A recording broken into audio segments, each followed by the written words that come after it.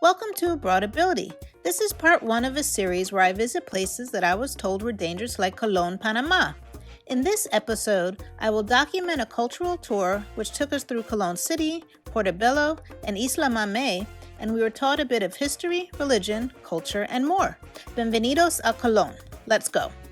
I love cultural tours, and when I saw that the Black expats in Panama had a full-day cultural tour of Colón that teaches you about the Black history, culture, and contributions, I was eager to join one of them, and I got to hang out with a fellow YouTuber as well. We're here in Colón. I'm with Big Will TV. What's up, everyone? We're with Black expats in Panama today. See what we can find for you guys. See you later. The tour started out in Panama City on a chartered bus that drove us from the Pacific side of the country to Colón on the Caribbean side.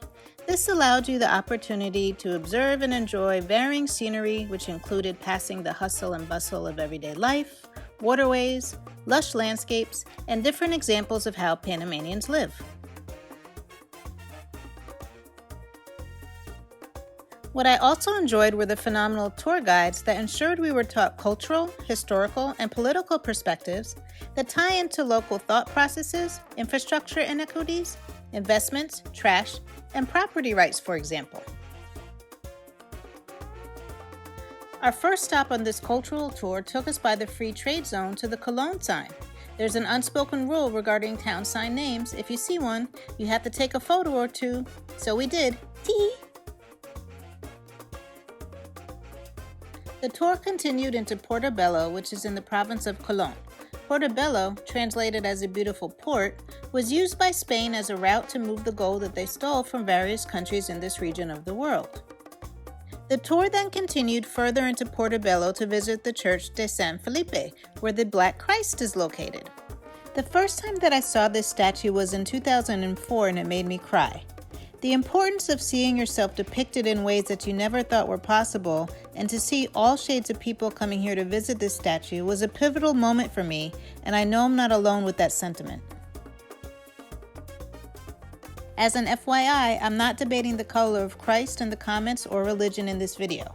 Comments referring to that will be removed accordingly. Okay? Okay. Thank you. The Black Christ of Portobello is a wooden image of Christ. There are a few legends that explain its history, but whichever one is true, this statue brings thousands of pilgrims to worship it. That must be a true sight to see and experience. After spending some time at the church, we walked a short distance. I was looking down with almost every step to make sure there weren't any tripping hazards, to a museum and our lunch stop. Along the way, if you take time to look at your surroundings, you will see vibrant murals, glimpses of nature and everyday life. The lunch stop at Casa Congo also included an art gallery that had some phenomenal pieces on display. It also gave historical perspectives for the Congo and indigenous people of Panama. If I end up getting this piece of art in the future, it's Big Will's TV's fault.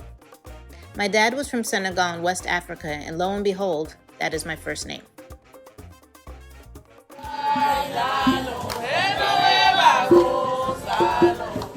During our meal, we were treated with the traditional Congo dancing with diablos. This dance has been passed down for generations and represents mockery of the Spanish invaders/slave owners. The diablo represents the slave master and the Congo represents the liberated African. It's an expression of anger, joy, and pain. No need to rewind that last video clip. You saw that correctly. That was blackface. As an American, or people that are aware of the demeaning history of blackface in the US, you might feel uncomfortable or taken aback by seeing blackface here. But this is one of the reasons that I love to travel. Your perspectives can change and you can learn about different cultures and you realize what biases you might have or are traveling with. Another example of varying symbolism in Panama is the one with the original people of Panama, the Kuna. Their symbol does not have the same connotation we are accustomed to, but you might feel uncomfortable or taken aback after seeing it here. The last part of the tour took us to Isla Mamey. While I have visited Colón several times going as far back as 2004, I had never stepped foot on Mamey Island, and my heart and soul needed some of that vitamin C. Woo-sa, serenity now.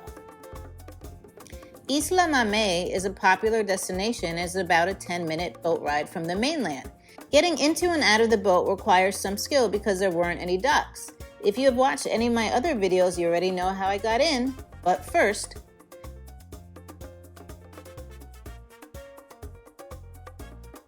as with all of the boat excursions I've taken in Panama, it was well worth the effort.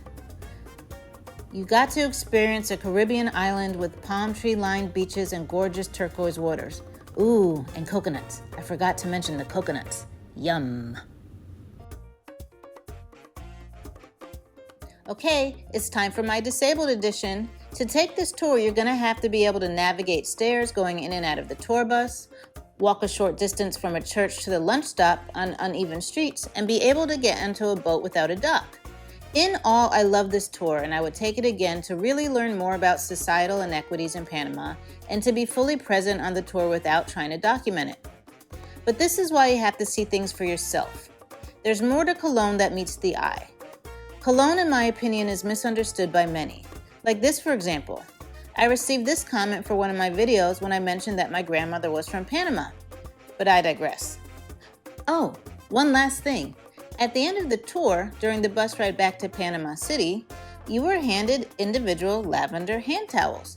This was a really nice touch and an example of the care that was given during this tour. Let's sit back and enjoy some more sights and sounds from Cologne, Panama.